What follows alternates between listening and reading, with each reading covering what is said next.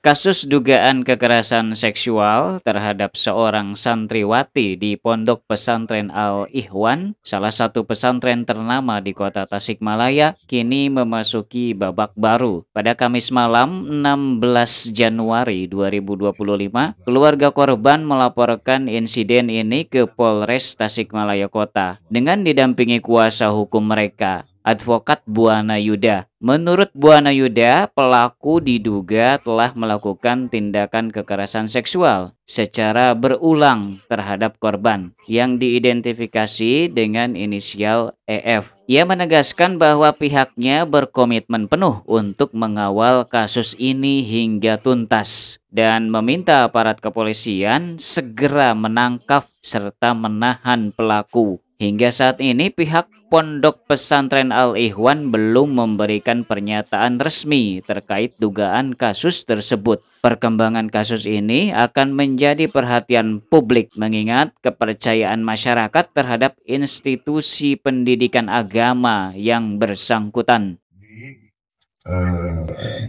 Lakukan adanya pelecehan.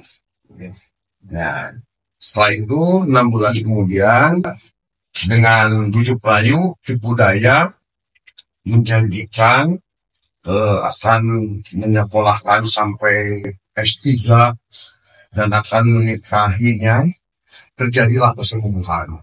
Ini saya sangat miris sekali. Di kota Tasik sekarang lagi banyak ya. Kemarin kejadian di Mangkubumi masih belum selesai. Ini sudah terjadi lagi. Saya sangat prihatin. Seorang Pak Musin, siapa yang tidak tahu Pak Musin, seorang profesor Kiai Haji itu. Jadi beliau itu mengeksploitasi atau menjadikan budak seks klien kami ini selama 3 tahun. 13 Januari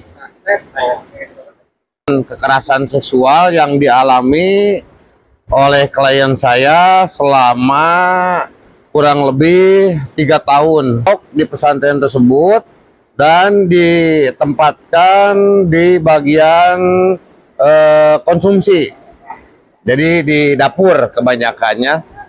Tidak lama kemudian istrinya Pak Haji tersebut jatuh sakit, stroke. Nah, beliau meminta tolong ke klien saya untuk mengurus si ibunya yang stroke itu. Jadi klien saya yang mengurus istrinya Pak Haji dalam keadaan sakit sampai meninggal dunia. Nah, itu sekitar tahun 2022. Semasa klien saya merawat istrinya Pak Haji, itu sudah terjadi pelecehan seksual terhadap klien saya. Klien saya sudah mulai diraba-raba bagian sensitifnya, dan mungkin klien saya ini dia tidak berani melawan karena yang melakukan itu kan pucuk pimpinan yang punya pesantren, yang punya yayasan, Pak Haji itu. Ya sebisanya menepis lah gitu ya. Akhirnya setelah istrinya meninggal dunia, Pak Haji terus semakin instan mengiming-imingi ke klien kami untuk dinikahi gitu, Nah, suatu malam atau itu Neng, waktu pertama Neng direnggut keperawanan, suatu malam Pak Haji nge-WA ke klien saya untuk datang ke kamarnya. Ya, datanglah ke kamarnya beliau. Ya, jadi di kamarnya itu langsung to the point, Pak Haji mengajak untuk berhubungan badan, begitu.